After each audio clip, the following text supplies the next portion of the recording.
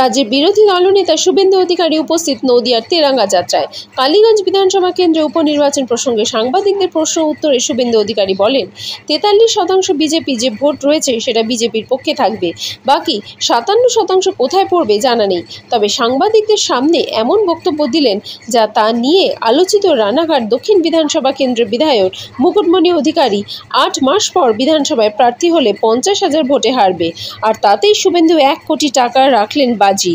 আর এই প্রসঙ্গে রানাঘাট দক্ষিণ বিধানসভার বিধায়ক মুকুটমণি অধিকারী ক্ষোভ উগরে দেন এবং এমন উক্তি তিনি তৃণমূলের ঊর্ধ্ববর্ত নেতৃত্বদের দৃষ্টি আকর্ষণ করবেন। এই ধরনের বক্তব্য নির্বাচন কমিশনের জানাবেন বলে জানান। নমস্কার, আমি ডক্টর মুকুটমণি অধিকারী, বিধায়ক 90 রানাঘাট দক্ষিণ। আপনারা প্রত্যেকেই এ বিষয়ে জ্ঞাত যে গতকাল রানাঘাটের পবিত্র ভূমিতে দাঁড়িয়ে বিরোধী দলনেতা শুভেন্দু অধিকারী যে কুরুচিকর ভাষায় আমাকে আক্রমণ করেছেন এবং অল ইন্ডিয়া তৃণমূল কংগ্রেসকে কলুষিত করার অপপ্রচেষ্টা চালিয়েছেন, সে প্রসঙ্গে দাঁড়িয়ে আমি কথা বলতে চাই যে বিরোধী দলনেতা বলেছেন 2026-এর বিধানসভা নির্বাচনে 90 রানাঘাট দক্ষিণ কেন্দ্রে তিনি নাকি আমাকে 50,000 ভোটে হারাবেন এবং 1 কোটি টাকা বাজি ধরেছেন। এই প্রসঙ্গে আমি বলতে চাই, একটি ব্যক্তির কাছে কি পরিমাণ ব্ল্যাক মানি থাকলে 294টা কেন্দ্রের মধ্যে একটি বিধানসভা কেন্দ্র 90 রানাঘাট দক্ষিণে তিনি 1 কোটি টাকার বাজি রাখতে পারেন। এই প্রসঙ্গে আমি মাননীয় মুখ্যমন্ত্রী, জননেত্রী মমতা ব্যানার্জি এবং আমাদের সর্বভারতীয় সাধারণ সম্পাদক জননেতা অভিষেক ব্যানার্জির দৃষ্টি আকর্ষণ করছি, নির্বাচন কমিশনের দৃষ্টি আকর্ষণ করছি যে বিজেপি এখন থেকেই টাকার খেলায় মত্ত হয়ে উঠেছে। তারা টাকার বিনিময়ে ভোট কেনার চেষ্টা চালাচ্ছে, তারা নির্বাচন কমিশনকে বুড়ো আঙুল দেখানোর চেষ্টা চালাচ্ছে।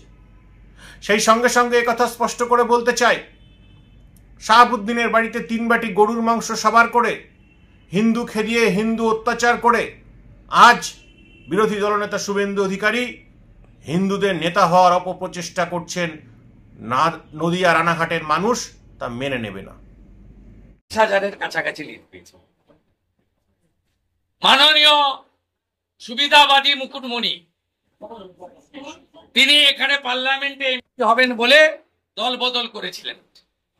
তাকে এখানকার মানুষ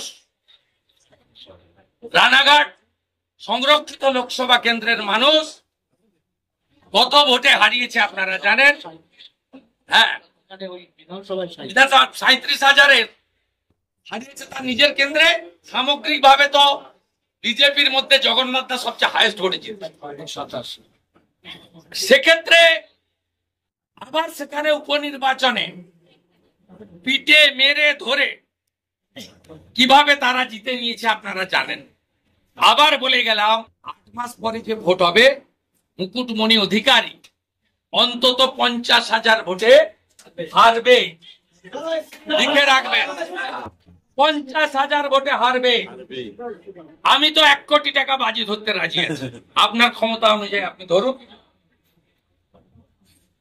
আমি 1 কোটি টাকা বাজি ধরতে রাজি আছি। 50,000 ভোটে মুকুটমণি অধিকারী সাধারণ নির্বাচনে হারবে। তাই বাই ইলেকশনের চর্চা